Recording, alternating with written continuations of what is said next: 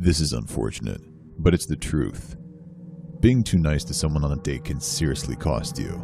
And I'm not talking about picking up the check or an expensive dinner. This goes for everyone too. Just because you're a man doesn't mean you're safe. After months of trying online dating, I finally matched with someone that I felt comfortable meeting in person. Her name was Samantha, or just Sam. We've been talking on the phone for weeks and I really liked her, so I was ready to take it to the next step. At first I suggested we meet up somewhere casual, like a bar since we both drank. Sam had a different idea. I previously told her that I lived alone, so she thought it would be a good idea if we had our date at my place. I was surprised. I could hardly believe she was comfortable being alone in the apartment of a man she'd never met. But she assured me that we had built up a level of trust that made it fine. In the back of my mind, though, it put up a red flag. Why wouldn't she want to meet somewhere public in case I turned out to be a creep? Why come straight to my place? Was she one of those girls that would never leave once she got in my bed? However, it was a small level of concern, and I wanted to be nice, so I invited her over for drinks. I said I'd order some food, and we could watch whatever she wanted. She said that sounded wonderful. That night, she came over around 7 p.m. She seemed modestly dressed at first, until I took her jacket at the door and saw the clothing underneath was quite revealing. I complimented her, but I thought it was a bit much for a first date. Despite that, I poured some wine and we started talking in the kitchen. Before long, we were nearly through the first bottle of wine, and Sam was already asking if I had anything stronger. I made sure to order our food before we switched to the hard liquor, not wanting to drink too much on an empty stomach. While we waited for the food, we moved to the couch. Despite offering her the pick of any show or movie she wanted, she let me decide. Flipping through all the options was a nice distraction, as Sam had become a bit overbearing, sitting a little too close, never breaking eye contact, and frequently touching my shoulder. Things went on awkwardly like this for a while. The food arrived and we ate while the TV played in the background, but as soon as dinner was over, Sam made a move on me. It was very surprising and honestly hard to resist, but I politely declined, saying I wanted to take things slow. Sam was visibly disappointed and immediately pivoted to taking more shots. I went along with it, not wanting to shut her down twice in a row, though I was already a bit more drunk than I wanted to be. After another shot, Sam suddenly came up with another surprising idea. She suggested we both make each other a completely random drink with whatever we can find in the kitchen, but the other person has to go into a different room while it's being made, and no matter how bad it is, we both have to drink the whole thing. All my life, I've heard women telling each other to watch closely whenever a man makes them a drink, yet Sam had blind trust in me. I even made a crude joke that I could easily slip her something if I wanted to, but she laughed out loud, reminding me she had every opportunity to do the same. I laughed with her at the thought of that. So, we began. With me going first, Sam went to the bathroom while I threw together an abominable concoction of gin, Coke Zero, and bitters over ice. She absolutely hated it, but her reaction was hilarious. Then I went to the bathroom and waited for her to serve me her revenge. When I tried the drink she made, I almost gagged. There was such an awful taste that I could not place. Sam said it had sweet vermouth, salt, coffee liqueur, and white rum, all at room temperature. I regretted ever having a mixology phase and stocking my kitchen with so many ingredients. Since both drinks were so bad, we both agreed to just chug them. It was one of the most unpleasant experiences of my life, but I figured we were bonding over it. I was left with a bitter aftertaste in my mouth, still unsure which component of the drink introduced it. After a few minutes, I had a guess. Rapidly, my level of perceived drunkenness skyrocketed. My motor function was shot, my vision was fading, and I needed to lie down immediately. With my last remaining competence, I made Sam leave. She protested, saying she would stay and take care of me. But I basically pushed her out the door, telling her she did not want to see me in the state I was about to be in. Once Sam was gone, I rushed into the bathroom and forced myself to throw up. It's not something I'm good at, so it took me a while, and I didn't produce much, but I knew I needed to get whatever alcohol out of me that I could. By the time I called it quits though, I started to doubt if alcohol was all that had done me in. I drank too much, but it never made me feel this way, this heaviness. I could barely crawl across the floor and climb into my bed. All I wanted to do was pass out, but I couldn't sleep. I had this deep primal fear that I was about to stop breathing, so I had to focus on it. Breathe in, breathe out. Soon, I realized I could no longer move the rest of my body. My eyes were stuck open, staring at the ceiling. I don't know how much time passed in that state, but at some point, someone re-entered the apartment. Sam. I was too messed up to remember to lock the door, and she just let herself back in. As she walked into my room, I used all my strength to reach out to beg for help. I think my arm moved, though I'm pretty sure the sound I made was pretty incomprehensible. She came over to the bed, but she didn't look concerned. Her expression was empty, with just a trace of anger. This wasn't the person I knew. This was some hollow thing staring at me, and they were not there to help. I heard her tell me she could kill me if she wanted to. Putting the edge of the small pocket knife up to my eye, she grazed my cheek with the pointed end, stopping at my throat. I tried to grab it, hit her, do something, but I couldn't. Whatever she had done to me, she had rendered me defenseless. She was right, too. She could have easily slit my throat and let me bleed out. I saw it in her eyes that she was thinking about it. She wanted to. Yet, for whatever reason, she put the knife away and walked away out of my view, not saying a word. I didn't know if she would come back. Part of me still hoped she would have a change of heart and help me, but I never saw her again. From then, I faded in and out of consciousness for a long time. It wasn't until morning that I could move again. When I got out of bed, my apartment was ransacked. I didn't hear or see any of it happening, but everything was gone. On top of losing thousands of dollars to the robbery and having my drink laced, what stung the most in the moment was knowing that this was the point. The entire time Sam and I were talking, throughout the whole evening we spent together, she never wanted me. Whether she succeeded in seducing me or had to go to plan B like she did to incapacitate me, the plan was never to date me. The plan was always to rob me. That morning, I called the police, but by then, Sam had already disappeared like a ghost. Her name, profile, job, everything she had told me about herself was a lie. All they had was a physical description, and since she definitely left town, it was useless. Sam still hasn't been found, and at this point, I'm resigned to the fact that I will never receive closure or justice for what she did to me. This is how a first date turned into a nightmare. It started recently, at a packed house party in my freshman year of college. The music was loud and shitty, but the drinks were flowing freely. At some point, I found myself talking to this girl named Maddie. We were both sloshed and could barely hear each other, but then her friends ran off, leaving us alone. Without a second thought, she grabbed my hand and dragged me into a random bedroom. I had no idea who it belonged to, but I didn't care, as the next thing I knew, we were making out on the bed. Before we could take our clothes off and truly desecrate this stranger's bed, either they or the roommate barged in on us, started screaming at us, and chased us out of the house. In the chaos, I lost Maddie, but I'd already gotten her Instagram, so I knew I could find her. I was so drunk and deluded that I thought I'd found a modern-day Cinderella. That's corny as hell, I know.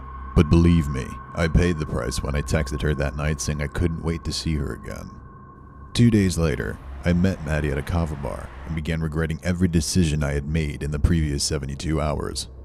With a clear head, I quickly realized that Maddie was annoying, crazy, and not nearly cute enough to make up for it. The worst part was, she was already obsessed with me. For several hours, Maddie got absolutely wasted on Kratom and talked my ear off, while I sat there, bored, with no buzz. She then asked me to drive her home, which I pretty much had to. But then outside her apartment, she begged me to go inside with her. I knew whatever would happen between us in there wouldn't be good for her or look good on me, and I wasn't about to be that kind of guy. However, I wasn't exactly a gentleman either.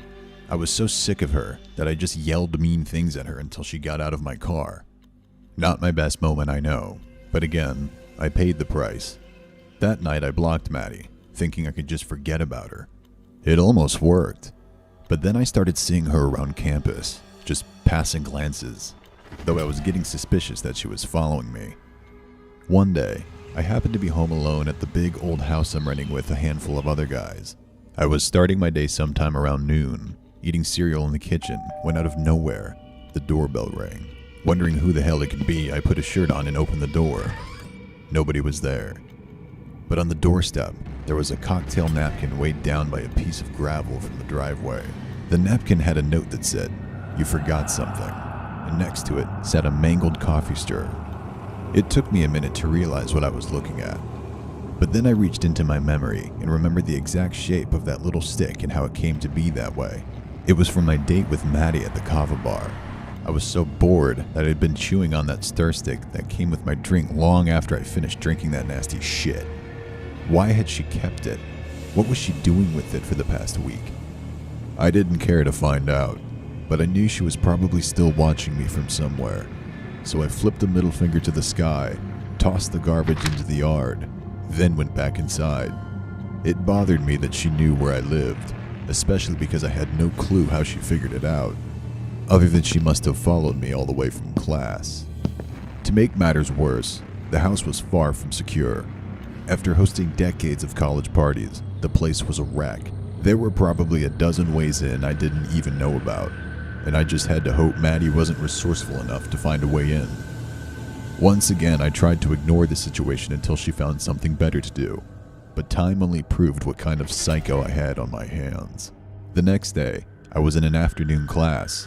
In the middle of the lecture, I felt my phone vibrate. I would have ignored it, but I just had this terrible feeling something was wrong. I was right. A random Instagram account texted me, "I know you're in class, but you should see this." Obviously, my first thought was Maddie. But what did she want me to see? The second link loaded in and I saw the video. My heart sank. It was me, naked in my bathroom, taking care of business on the toilet. I'm sure you can understand it was a bit more private than taking a piss. In that moment, whatever I was learning in class ceased to matter. I stood up and excused myself, leaving right away to go home and find the hidden camera. Inside the bathroom that I shared with my two roommates, I searched all over the cluttered mess that surrounded the sink. There were razors, toothbrushes, various tubes of creams and pastes, 5 different sticks of deodorant, and 10 empty vapes. But among the madness, a single nondescript Bluetooth speaker. It didn't belong to me, nor did I recognize it as anyone else's. It was in just the right spot to watch the toilet and the shower, and once I held a light up to it, I saw the hidden lens. Almost as soon as I discovered it, the same Instagram account messaged me again, telling me I had done a good job. But they had more footage of me and everyone else who used the bathroom, doing everything from washing their ass to snorting lines. If I told anyone about it, they would send it all to the local Barstool page. My head was spinning. Maddie had been in the house. She snuck in, planted the camera, and left without anyone noticing. It could have been when we were all sleeping, or when nobody was home, but either way, this was proof how far she was willing to go. I finally broke down. I begged and apologized to her new account, saying I would do anything to keep her from going public. I just wanted it to end. I waited for hours, but she never responded. When my roommates got home, I debated telling them about it, but in the end, I shut myself in my room and hid from them. I laid in bed with the hidden camera stuffed in a shoebox by my bedside, thinking of what else I could do. Slowly, the night wore on. Everyone either left for a party or went to sleep for class in the morning, leaving me the only person still awake. At last, my phone buzzed again. It was Maddie, from the new account. All she said was, "Can I come out now?" I didn't know what she meant, but then another message came through. A picture. Most of it was black, but a thin vertical bar of visibility ran down the center. In it, I could see the foot of my bed, with the lights on just like they were, right then and there. She was hiding in my closet. She had been in there all night. I panicked. I ran out of the bedroom and went down the hall to my roommate. I barged in and locked the door behind me. As he woke up and started yelling at me to get out, I told him to call the police because someone had broken into our house. I didn't tell him it was Maddie. I was worried he wouldn't understand the threat if he knew it was a girl. Thankfully, he listened. But by the time the cops arrived, Maddie was gone. She slipped away like the snake she is. When I told the cops what had been happening, they asked if Maddie had some way of tracking me. I couldn't think of anything that night, but the next day, I searched everywhere until I finally found it. There was an AirTag underneath my passenger seat. She must have slipped it in there while I drove her home on our first date. That means she's been stalking me from the start. Ever since then, I've been waiting for the day she releases everything she has on me and my roommates as retaliation for calling the cops on her. But it's yet to happen. Not that it comforts me much, though. It just makes me think she isn't done with me yet. A few weeks ago, I was seeing this guy I met on Hinge named Jeremy. We had been on 2 dates already that both went fine. For our third date, we planned to meet at a cafe in the downtown area. We figured we could talk there for a while, then if things went well, wander somewhere else to keep the night going. As I like to do, I arrived about 30 minutes early so I could get comfortable in the space. I was sitting outside waiting until Jeremy arrived to go and get my drink, knowing he'd like to pay for it. Then, our meeting time came, and he didn't show. 5 minutes later, I texted him, asking him if he was running late. I got no response. 10 more minutes passed, and I started to get a bit upset, but I tried to be patient and not come off as pushy. However, it seemed like I must have been wearing my mood on my sleeve, as around the time Jeremy was officially an hour late, another man came up to my table and started making small talk. This new, strange man asked if I was ever planning to get coffee, admitting he had been outside and noticed me sitting alone for a while. I avoided him telling why I was there, but he could see it in my face that I had been stood up. Immediately, I began acting standoffish as defense. I ignored what he was saying and texted Jeremy. I mentioned there was another man talking to me, hoping it would make him want to act protective, or, at the very least, jealous, just enough to show his face. Instead, he finally replied, saying something had come up and he couldn't make it. He didn't even acknowledge what I said about the other man. I wasn't sure if he was just busy and didn't read my text fully. But then the strange man suggested something that made me rethink the entire situation. First, he told me his name, Alex, without asking, then offered to buy me a drink at the bar down the street.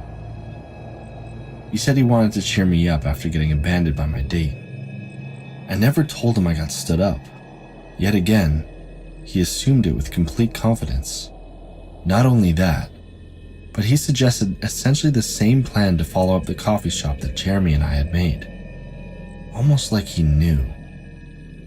In an instant, I stopped believing in the coincidence.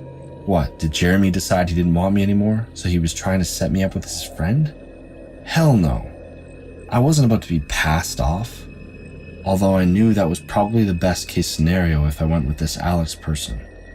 For all I knew, their plans for me went elsewhere, someplace I might never return from. I remained calm, maintaining a minimal level of conversation with Alex as I ordered myself an Uber and waited for it to arrive. It only took a few minutes, but it felt like forever. When it came, I rushed inside the car and told the driver to lock the doors and not let that man come with me.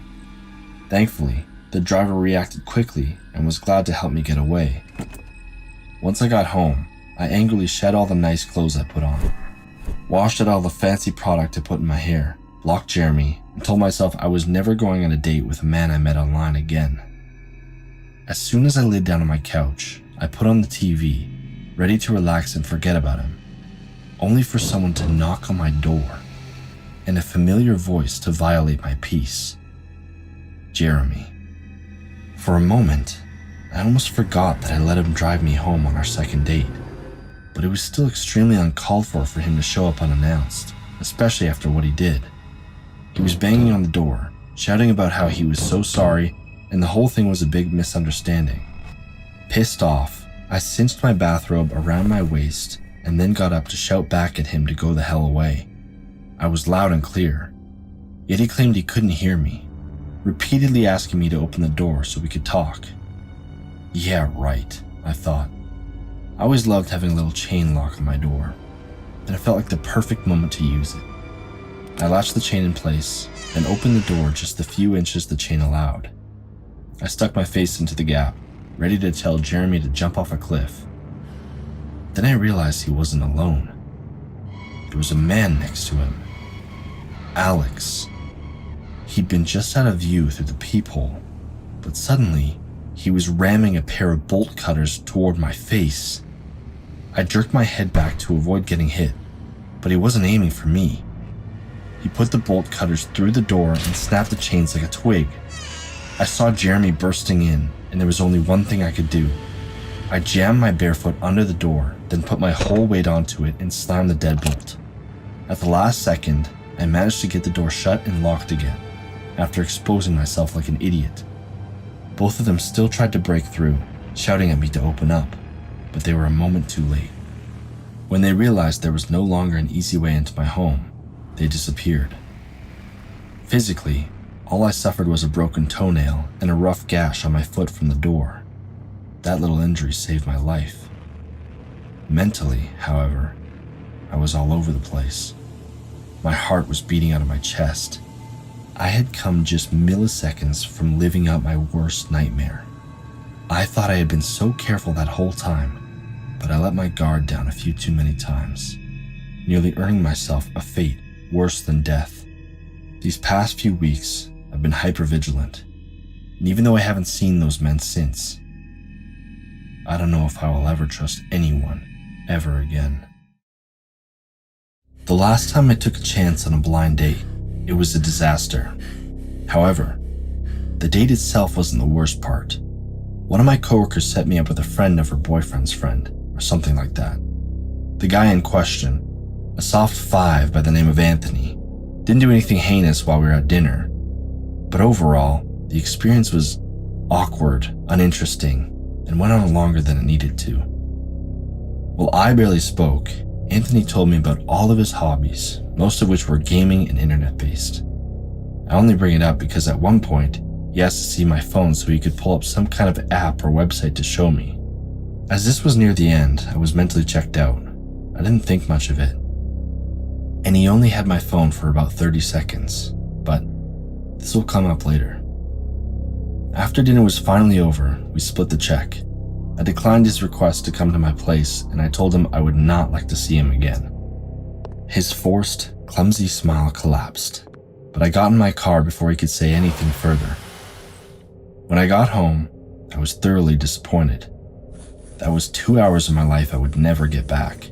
And of course, Anthony texted me. My coworker had traded our numbers when she set us up, but I only ever texted him to plan the date. Now, I was ignoring him.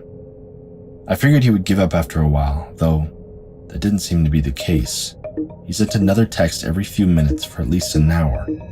I wasn't reading any of them until I got annoyed enough to look. A lot of it was the typical rambling reject nonsense, but one comment stood out. Anthony texted me, quote, "I bet you're sitting on your couch eating ice cream like every other fat and lonely woman in this world."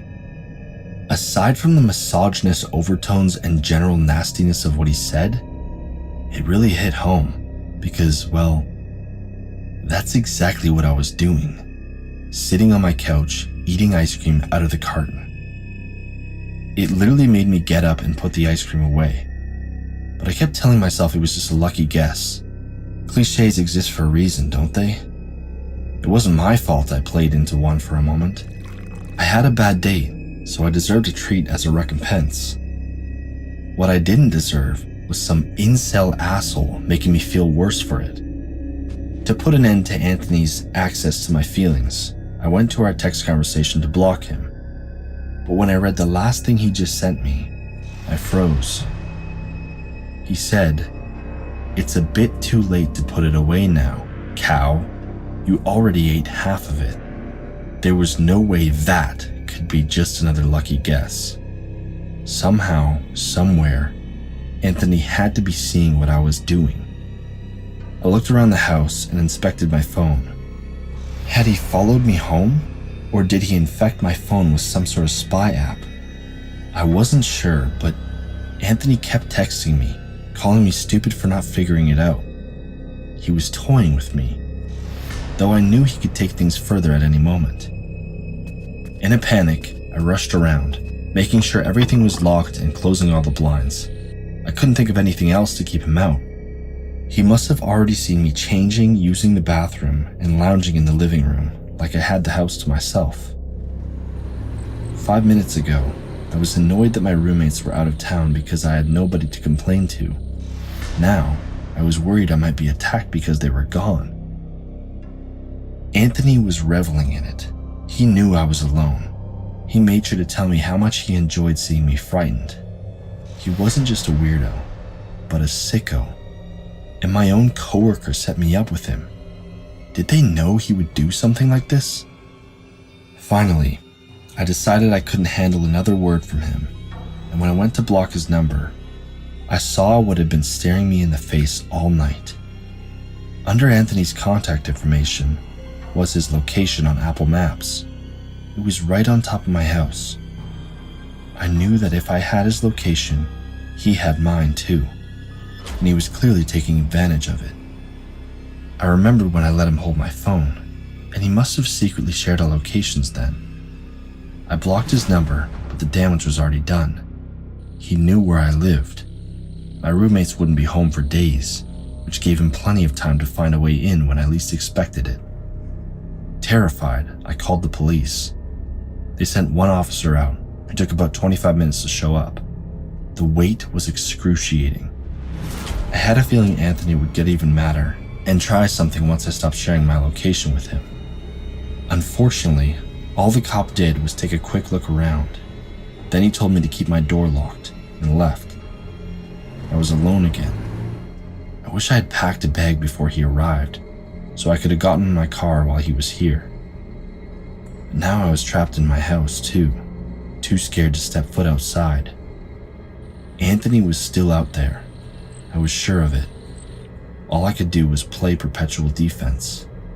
Even now, after I've talked about this to the coworker who introduced us to each other and asked her to tell Anthony to stay away from me, I don't think he is gone. The only difference is, now he is watching me quietly, not harassing me, like he's waiting for me to forget. People like him, they tend to get obsessed. They hold grudges and develop intricate fantasies over long periods of time, until they can't help themselves from acting them out. Even after my roommates got home, I still don't feel safe here anymore. Anthony probably saw how little the cops seemed to care, and I know that emboldened him. I just hope I don't end up on the news when he finally gets the nerve to do something.